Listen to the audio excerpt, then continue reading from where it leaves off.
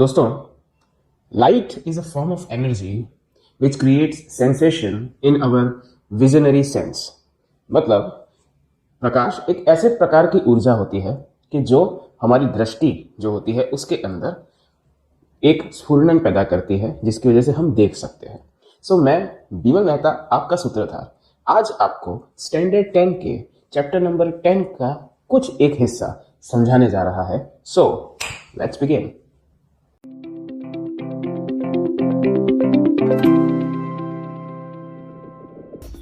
Friends, जैसे हम लोग समझते आए हैं कि light goes in a straight path, जिसको हम लोग रेक्टिलिनियर प्रोपोगेशन भी कहते हैं। जब रेक्टिलिनियर प्रोपोगेशन के अंदर कोई भी लाइट जाती है तो उसका तीन हशर होता है। एक तो वो किसी सरफेस से सी थ्रू हो जाती है, मतलब कि उसके पास हो जाती है। तो ऐसे टाइप की जो सरफेस होती है उसको ट्रांसपेरेंट सरफेस कहा जाता है। उसके अंदर भी कुछ रिएक्शंस होती है जो हम इसके आने वाले वीडियोस के अंदर देखेंगे। दूसरा ऐसा होता है कि पार्शियली कुछ लाइट के रेज उसमें से पास होते हैं और कुछ रह जाते हैं। तो ऐसे टाइप की सरफेस को हम कहते हैं ट्रांसल्यूसेंट सरफेस। और एक तीसरा टाइप का रहता है कि जिसके अंदर हमारी जो लाइट रेज होती है वो रिफ्लेक्ट बैक होती है।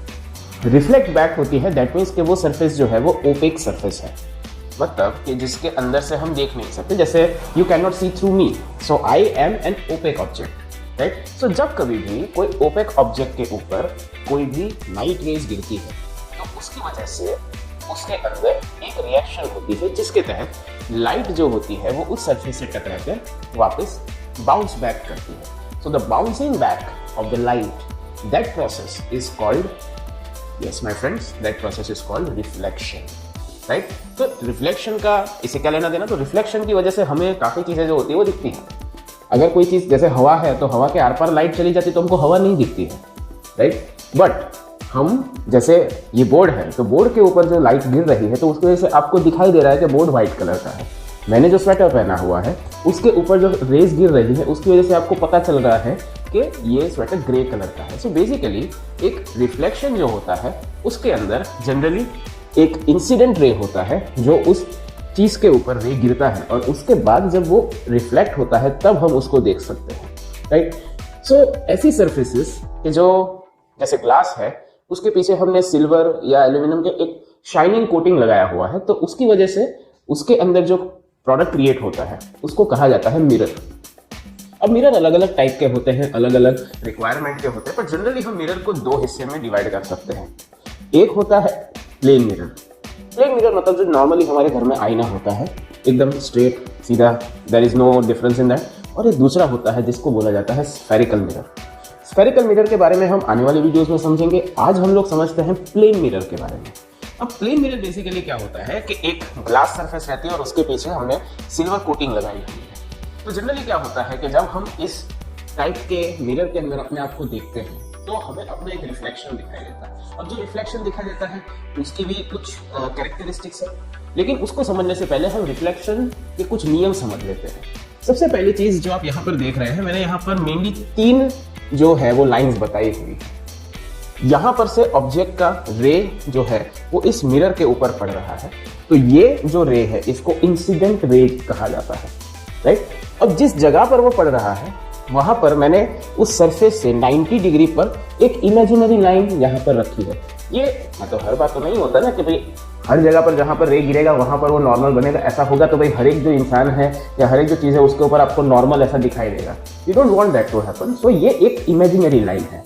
ये इमेजिनरी लाइन इसलिए रखी गई है ताकि ये जो इंसिडेंट रे है उसके साथ जो एंगल बना रहा है जिसको इंसिडेंट एंगल आई कहा जाता है वो, और यहाँ से जब वो सरफेस से रिफ्लेक्ट बैक होकर जो रे आती है वो जो एंगल बना रहा है that is reflected angle R. Reflected angle incident angle I और रिफ्लेक्टेड एंगल आर, ये दोनों की वैल्यू सेम होती है, राइट। दूसरी चीज कि ये मिरर की एक ही साइड पे आपको इंसिडेंट रे, नॉर्मल और रिफ्लेक्टेड रे जनरली दिखाई देता है। तो ये दो बहुत ही इंपॉर्टेंट लॉज ऑफ रिफ्लेक्शन है और ये कोई भी सरफेस के ऊपर आपका लागू होता है। फिर चाहे आपका पानी का सरफेस हो जिसके ऊपर से आपको आपका प्रतिबिंब दिख रहा हो, या फिर आप अगर एक ऐसी नॉर्मल दीवार के ऊपर भी अगर लाइट गिर रहा है तो जिस एंगल से लाइट गिर रही है उसी एंगल से वो बाउंस बैक होगी। आपको इसका एक एग्जांपल देखना हो तो एक बॉल होता है, उसको अगर आप दीवार पे 30 डिग्री के एंगल के ऊपर फेंकेंगे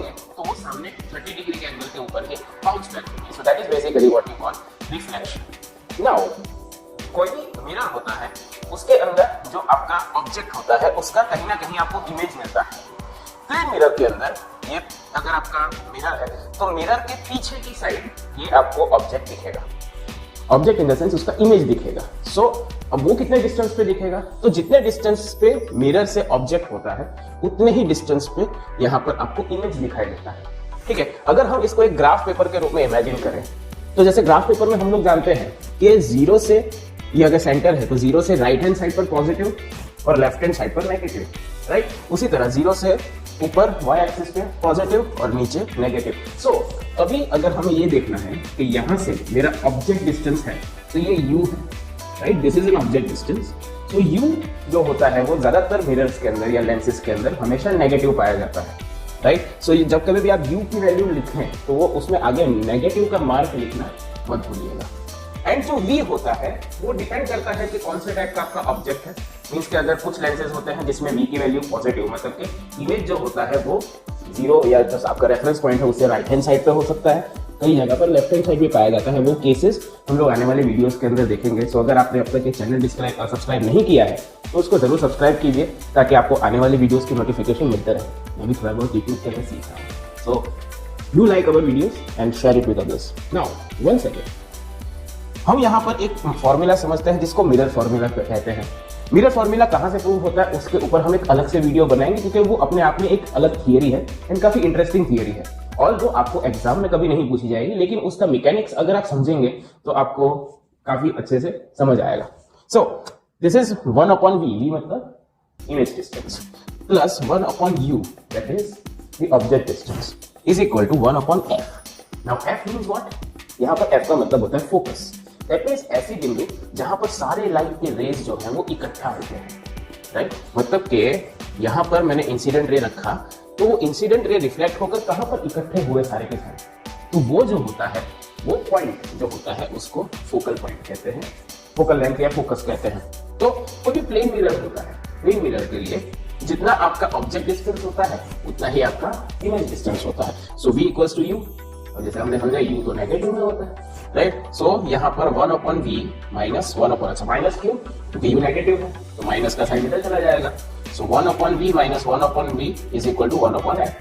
तो ये तो दोनों कट गए तो 0 हो गया। सो 1/f इज 0। तो अगर मुझे f की वैल्यू ढूंढनी है तो मैं f इस साइड ले जाऊंगा और 0 नीचे आएगा। सो f इज इक्वल टू 1/0। 1/0 तो कोई डेफिनेशन है ही, डिनोमिनेटर में 0 आता है, दैट इज नॉट डिफाइंड। तो हम लोग इसको यहाँ पे करेंगे infinite. That means plane mirror के अंदर सारे इंसिडेंट रे इनफाइनाइट, इंफिनिटी के अंदर इकट्ठा हो सकते हैं, बराबर। मतलब कि it is not a same distance, वो एकदम बहुत दूर जाकर इकट्ठा हो सकते हैं, राइट। सो कोई भी प्लेन मिरर के अंदर आपका जो फोकल लेंथ होता है वो इनफाइनाइट क्यों होता है, ये क्वेश्चन आपको एग्जाम में पूछ सकते हैं। तो उसका प्रूफ ये रहा, इस तरह से हो सकता है। So friends, this is about the first part of this chapter.